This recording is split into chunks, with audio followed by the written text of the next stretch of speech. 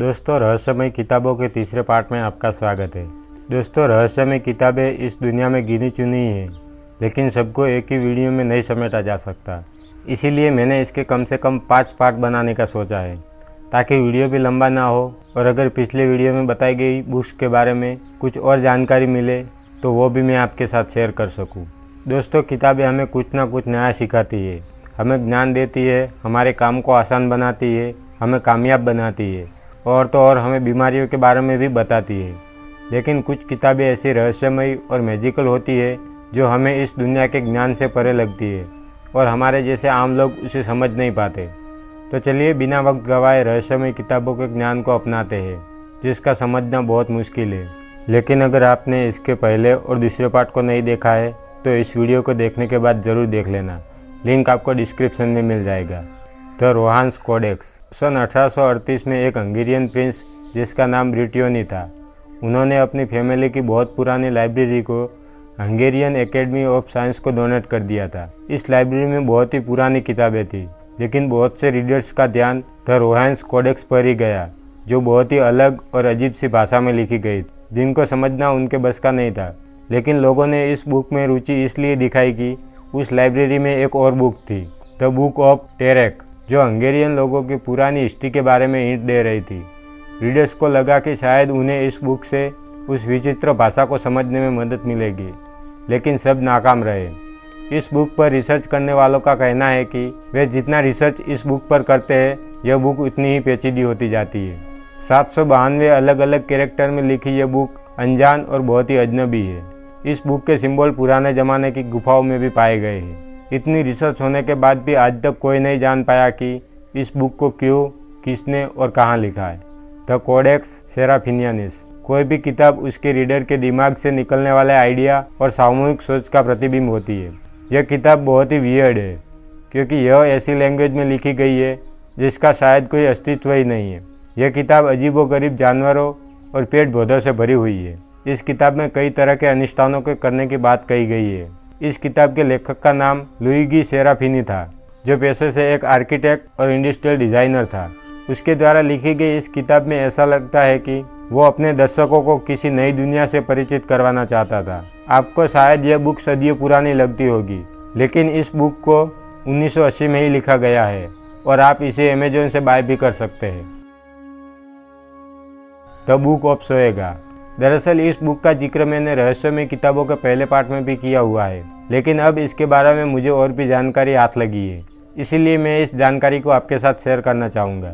सन 1500 में John D नाम का एक विद्वान गणितज्ञ था, जो इंग्लैंड में क्वीन एलिजाबेथ का सहायक के रूप में काम करता था।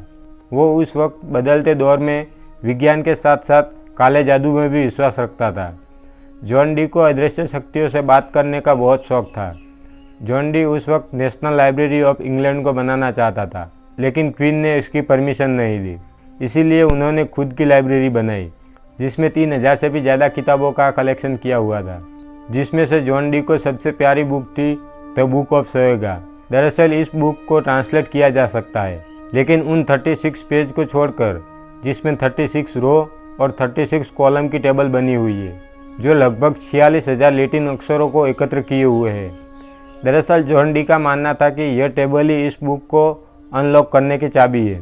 ये सारे कोड है जिससे हम यूरियल्स से बात कर सकते हैं। यह ईसाई धर्म की मान्यताओं में आता है। जब जॉन शहर के बाहर था, तब कुछ उपद्रवियों ने उनकी लाइब्रेरी को डिस्ट्रॉय कर दिया।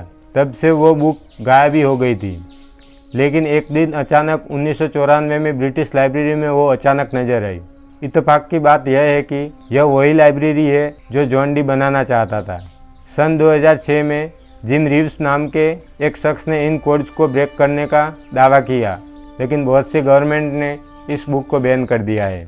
अगर आपने पहले से ही चैनल को सब्सक्राइब करके बेल आइकन ऑन कर दिया है तो थैंक यू वेरी मच, पर अगर आपने अभी तक नहीं किया है तो सब्सक्राइब ज़रूर कर लेना और सबसे इम्पोर्टेंट बेल आइकन को भी प्रेस कर देना, ताकि इस चैनल के नए वीडियो की नोटिफिकेशन अपलोड होते ही आपके पास तुरंत पहुंच जाए।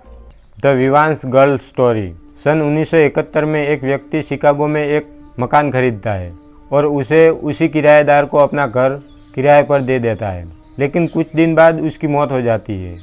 वो था हेनरी, जो चर्च के अलावा कहीं नहीं जाता था और ना ही किसी को अपने कमरे में आने देता था।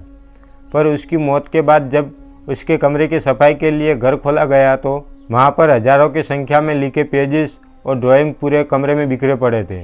जब इन सभी पेजेस को एकत्र किया गया तो वो एक पूरी किताब तैयार हुई, जिसके पेजेस की संख्या जानकर आप खुद चौंक जाएंगे।